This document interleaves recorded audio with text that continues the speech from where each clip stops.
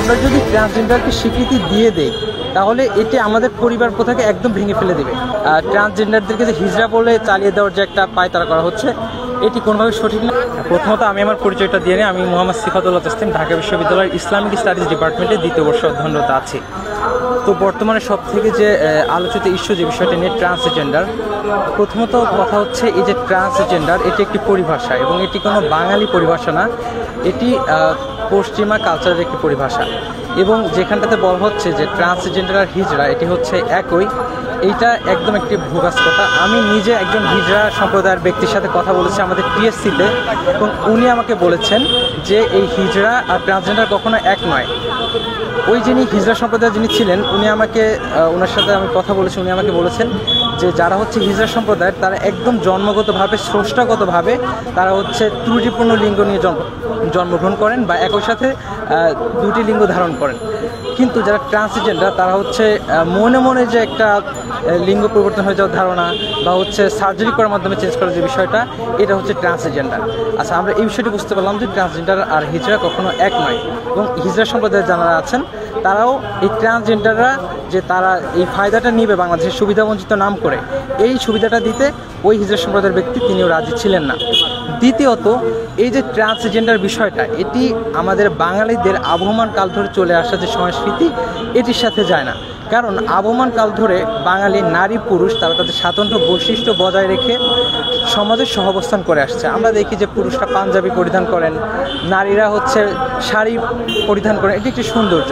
তো এই জায়গাটাতে এসে যে একজনের মনে হলো যে তিনি ট্রান্স হয়ে গিয়েছেন, মানে তিনি পুরুষ থেকে নারী হয়ে গিয়েছেন আর তিনি সাথে সাথে এটি সমাজে গ্রহণ করে নেবে, এটি আসলে কোনো বাস্তবতা না। কারণ আমাদের সামাজিক বাস্তবতা সহাবস্থানের একটি বিষয় রয়েছে। তৃতীয়ত, আমরা যদি ট্রান্সজেন্ডারকে স্বীকৃতি দিয়ে দেই তাহলে এটি আমাদের পরিবার প্রথাকে একদম ভেঙে ফেলে দেবে। যেমন ধরেন আজকে হচ্ছে আমার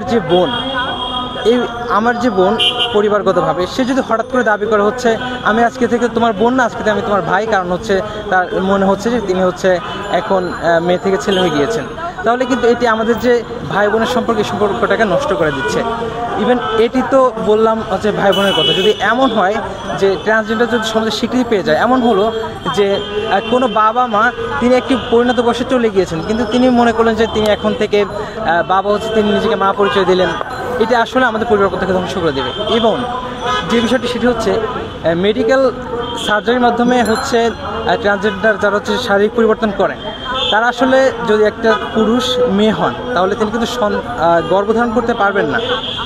অর্থাৎ এটা এই দৃষ্টিকোণ থেকেও আমাদের পরিবার প্রথাকে ভেঙে ফেলে দেবে। এবং মোদ্দা কথা হচ্ছে আমাদের বাংলাদেশের যে ট্রান্সজেন্ডারদেরকে যে হিজড়া বলে চালিয়ে দেওয়ার যে একটা পায়তারা করা হচ্ছে এটি কোনোভাবে সঠিক না। কারণ বাংলা একাডেমির যে বর্তমান অভিধান এখানটাতে যদি আমরা সার্চ করি সেখানটাতে হিজড়ার প্রতিশব্দ হিসেবে ট্রান্সজেন্ডার পাওয়া যায় না। সেখানটাতে আমরা খুঁজে পাই হার্মাফ্রোডাইট, ইউনাক, এই শব্দগুলো খুঁজে পাবো, সেখানটাতে কিন্তু ট্রান্সজেন্ডার শব্দটা নাই। তো বর্তমান সময়ে আমরা যেটা দেখেছি যেটি নিয়ে সামাজিক মিডিয়ায় তোলপাড় চলছে যে ব্র্যাক ইউনিভার্সিটির একজন শিক্ষক তিনি হচ্ছে আমাদের কারিকুলামে থাকা শরীফা যে গল্পের মাধ্যমে সেখানটাতে একটা বিতর্কিত বিষয় ঢুকানো হয়েছে, সেখানটাতে হিজড়া জনগোষ্ঠী নিয়ে যে কথা বলা হয়েছে এই বিষয়টি স্পষ্ট করা হয়নি, সেখানটাতে ফাঁক ফুঁকো রয়ে গিয়েছে। এটি নিয়ে তিনি যখন প্রতিবাদ করলেন তখন হচ্ছে তাকে বহিষ্কার করা হয়েছে। তো এই কারণে হচ্ছে আমরা এটারও প্রতিবাদ জানাবো, কারণ হচ্ছে একজন সম্মানিত শিক্ষক, তিনি একজন দক্ষ মানুষ, তার মত ব্যক্ত করার অধিকার রয়েছে। তো সেই জায়গাটাতে তাকে বহিষ্কার করা হয়েছে।